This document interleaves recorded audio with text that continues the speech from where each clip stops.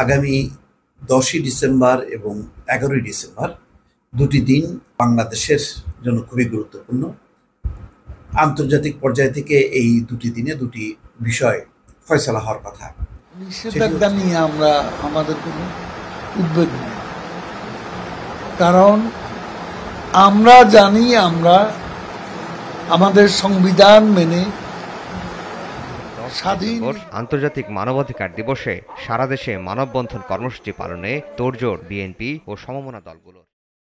আসসালামু আলাইকুম সুপ্রিয় দর্শক বন্ধুরা, অবশেষে সামনের জাতীয় নির্বাচনকে কেন্দ্র করে আবারও বিএনপি কঠিন পদক্ষেপ নিতে যাচ্ছে।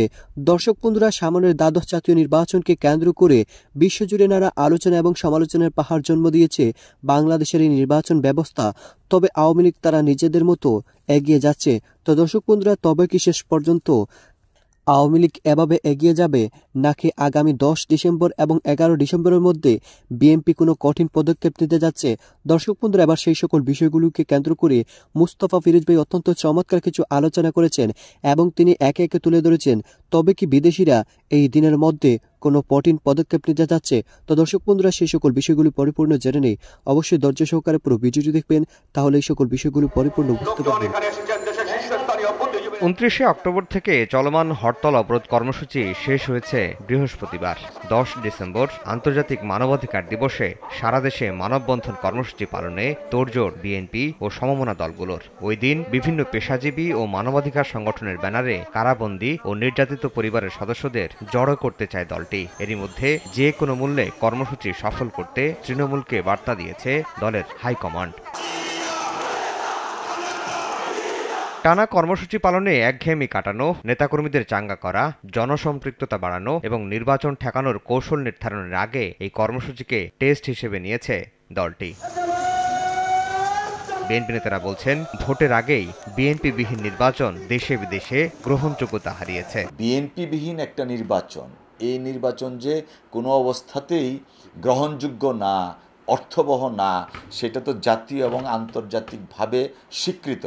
এই টিআইবিও কথা বলছে, তারপরে যারা সুশীল সমাজ আছেন, স্টেক হোল্ডার আছেন সমাজে, এবং বিভিন্ন ইভেন ইউনাইটেড নেশনস থেকে বলে দেয়া হচ্ছে তাদের কোনো পর্যবেক্ষক পাঠাবে না। তারা বলছেন, নির্দলীয় সরকারের দাবি না মানলে গভীর সংকটে পড়বে দেশ, দায় নিতে হবে সরকারকে। আর কঠিন কর্মসূচি আসলেও কিন্তু মোকাবিলা করার আওয়ামী লীগের সে শক্তি নাই। কেন আপনার সরকার থেকে নির্বাচন করতে চান? এত আবদার কেন আপনাদের? আপনারা জানেন যে নিরপেক্ষ সরকার যদি আসে, যদি বাংলাদেশে আওয়ামী লীগকে জনগণ প্রত্যাখ্যান করবে প্রত্যেকটা নির্বাচনী এলাকায়।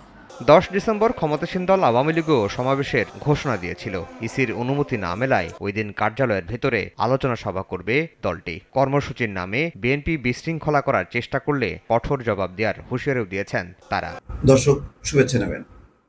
আগামী ১০ই ডিসেম্বর এবং ১১ই ডিসেম্বর দুটি দিন বাংলাদেশের জন্য খুবই গুরুত্বপূর্ণ। আন্তর্জাতিক পর্যায় থেকে এই দুটি দিনে দুটি বিষয় ফয়সালা হওয়ার কথা। সেটি হচ্ছে, আন্তর্জাতিক মানবাধিকার দিবস উপলক্ষে মার্কিন যুক্তরাষ্ট্র কোনো নিষেধাজ্ঞা দিতে পারে এমন একটি আলোচনা বাংলাদেশের রাজনৈতিক এবং কূটনৈতিক মহলে আছে। অন্যদিকে ১১ই ডিসেম্বর আইএমএফের দ্বিতীয় কিস্তির টাকা ছাড় হওয়ার কথা। একটির সাথে আরেকটি সম্পর্ক নেই, কিন্তু এই দুটি খুব গুরুত্বপূর্ণ। একটি হচ্ছে ১১ তারিখে আইএমএফের অর্থ ছাড় হওয়া। এই ছাড় হওয়ার মধ্য দিয়ে অনেক কিছু বিষয় পরিষ্কার হবে, যে আইএমএফ অনেক ক্ষেত্রেই যেটা বলা হয় যে মার্কিন যুক্তরাষ্ট্র বা পশ্চিমারা কন্ট্রোল করে, সেখানে তাদের একটা দৃষ্টিভঙ্গি দেখা যাবে যে না, তারা বাংলাদেশের অর্থনৈতিক উন্নয়নে তারা সহযোগিতা করছে কিনা, বাংলাদেশের যে শর্তগুলো দিয়েছিল সেগুলো পূরণ হচ্ছে কিনা। আরেকটি হচ্ছে যে ১০ তারিখে আলোচিত সেই ১০ই ডিসেম্বর ২০২১ সালে আপনাদের নিশ্চয়ই মনে আছে যে র্যাব এবং ৭ কর্মকর্তার উপরে স্যাংশন দিয়েছিল, সেই ঘুরে ফিরে আবার আসছে। এবার যেই নিষেধাজ্ঞার কথা বেশি আলোচনায় আসছে সেটি হচ্ছে বাণিজ্য নিষেধাজ্ঞা, বিশেষ করে গার্মেন্টস খাতের শ্রমিকদের অধিকার বিষয়ে নতুন যে শ্রমনীতি তারা ঘোষণা করেছে তার আলোকে একটা নিষেধাজ্ঞা দিতে পারে এমন একটি আলোচনা আছে। সেই আলোচনার প্রেক্ষিতে আজকে ওবায়দুল কাদের বলছেন যে নিষেধাজ্ঞা নিয়ে আওয়ামী লীগ উদ্বিগ্ন নয়, এই একটি খবর। আরেকটি খবর আছে যে ১১ই ডিসেম্বর ঋণের দ্বিতীয় কিস্তির অনুমোদন দিতে পারে আইএমএফ, বাংলাদেশ ব্যাংকের দাবি। অন্যদিকে কি কারণে এটি প্রয়োজন হলো এই যে একটি খবর নিশ্চয়ই দেখেছেন যে রিজার্ভ কমলো আরো $36 কোটি। তার মানে প্রতিনিয়তই যে রিজার্ভ কমে যাচ্ছে তার প্রেক্ষিতে একটি শঙ্কা তৈরি হয়েছে, রিজার্ভ কি 20 বিলিয়নের কত নিচে এসছে, 20 নাকি এটা 18 নাকি 16, বিষয়টা পরিষ্কার না। তবে কমছে যে এই ব্যাপারে পরিষ্কার। সেই প্রেক্ষিতে IMF এর দ্বিতীয় কিস্তি যদি অনুমোদন হয় ঋণের, তাহলে এটা একটা স্বস্তির জায়গা আসবে। আরেকটি স্বস্তির জায়গা হচ্ছে যে যদি 2021-এর 10ই ডিসেম্বরের মতন যদি নতুন কোনো নিষেধাজ্ঞা না দেয়। তো আজকে আওয়ামী লীগের সাধারণ সম্পাদক ওবায়দুল কাদের বলেছেন, নিষেধাজ্ঞা নিয়ে আওয়ামী লীগের কোনো উদ্বেগ নেই, সংবিধান মেনেই আমরা স্বাধীন নির্বাচন কমিশনের অধীনে অবাধ, সুষ্ঠু ও শান্তিপূর্ণ নির্বাচনের পথে এগিয়ে যাচ্ছি। এখানে নিষেধাজ্ঞা আসবে কেন? নিষেধাজ্ঞা এলে বিএনপির উপর আসা উচিত। তারা নাশকতা করছে, চোরাগুপ্তা হামলা করছে, এগুলো তো সুষ্ঠু নির্বাচনে বাধা। যুক্তরাষ্ট্র যদি নিষেধাজ্ঞা দিতে চায় তাহলে একমাত্র বিএনপি ও তার দস্যুরাই পাওয়ার যোগ্যতা অর্জন করেছে। বিশ্বেই পর্যন্ত দেখা যায়নি যে নির্বাচন বিষয়ে যারা ক্ষমতাসীনদের বাইরে কখনো বিরোধীদের উপর নিষেধাজ্ঞা দেয়। বিরোধীরা বরং সুষ্ঠু নির্বাচনের দাবিতে আন্দোলন করছে।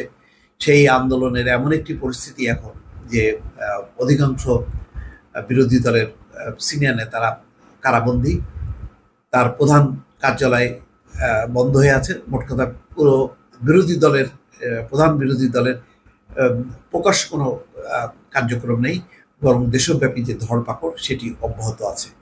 তো এরকম অবস্থায় তারা আন্দোলন ছাড়ার কোনো বিকল্প নেই বলে বলছে। তো সেই অবস্থায় মার্কিন যুক্তরাষ্ট্র কি যারা আন্দোলন করছে তাদের উপর নিষেধাজ্ঞা দেবে, নাকি যারা একতরফা নির্বাচন করছে তাদের উপর দেবে? এটা একটা প্রশ্ন। আর একটা প্রশ্ন হচ্ছে বাণিজ্য নিষেধাজ্ঞা। এই ব্যাপারে তিনি বলছেন যে পোশাক খাতের শ্রমিকদের নিজেদের স্বার্থে ব্যবহারের পায়তারা আছে, দেশেও আছে বিদেশেও আছে। পোশাক খাতের স্বার্থেই প্রধানমন্ত্রী শেখ হাসিনা শ্রমিকদের বেতন বাড়িয়েছেন। এই খাতে শ্রমিকদের স্বার্থ সংশ্লিষ্ট বিষয় বর্তমানে সরকার আন্তরিক। পরবর্তীতে এই সরকার ক্ষমতায় আসলে সংসদে নতুন শ্রম আইন প্রণয়নের ব্যবস্থা নেবে। এই নিয়ে পানি ঘোলা করার দরকার নেই, যারা করছেন নিজেদের স্বার্থ উদ্ধারে। তার মানে একটা উদ্বেগ উৎকণ্ঠা আছে নিঃসন্দেহে, সেই কারণেই তিনি এই কথাটি বলছেন। আর যেটি 11 তারিখটা কেন গুরুত্বপূর্ণ, 11 তারিখ আমি বলেছি যে এখানে বলা হচ্ছে যে ঋণের দ্বিতীয় কিস্তির অনুমোদন দিতে পারে IMF। বাংলাদেশ ব্যাংক বলছে যে IMF এর 4.7 বিলিয়ন। তো দর্শক বন্ধুরা, আপনারা হয়তো পুরো ভিডিওটি দেখে এবং এই সকল কথাবার্তাগুলো শুনে অবশ্যই বুঝতে পেরেছেন অবশেষে আগামী দ্বাদশ জাতীয় নির্বাচনকে কেন্দ্র করে আওয়ামী লীগ তারা নিজেদের মতো এগিয়ে যাচ্ছে। তবে সেই সকল বিষয়গুলোকে কেন্দ্র করে বিএনপি এখনও সজাগ রয়েছে এবং তারা একের পর এক নানা পদক্ষেপ নিচ্ছে। তবে শেষ পর্যন্ত কি হতে যাচ্ছে সেটা এখন দেখার পালা। তো দর্শক বন্ধুরা, আপনারা মুস্তাফা ফিরোজ ভাইয়ের এই সকল আলোচনাগুলো শুনে কি বুঝতে পেরেছেন? তাহলে কি শেষ পর্যন্ত বিএনপির জন্য ভালো দিন অপেক্ষা করছে? তো দর্শক বন্ধুরা, এই বিষয়ে আপনাদের কি মতামত অবশ্যই কমেন্ট করে জানিয়ে দিবেন। তো দর্শক বন্ধুরা, ভালো থাকুন, সুস্থ থাকুন। আল্লাহ হাফিজ। আসসালামু আলাইকুম ওয়া রাহমাতুল্লাহি ওয়া বারাকাতুহু।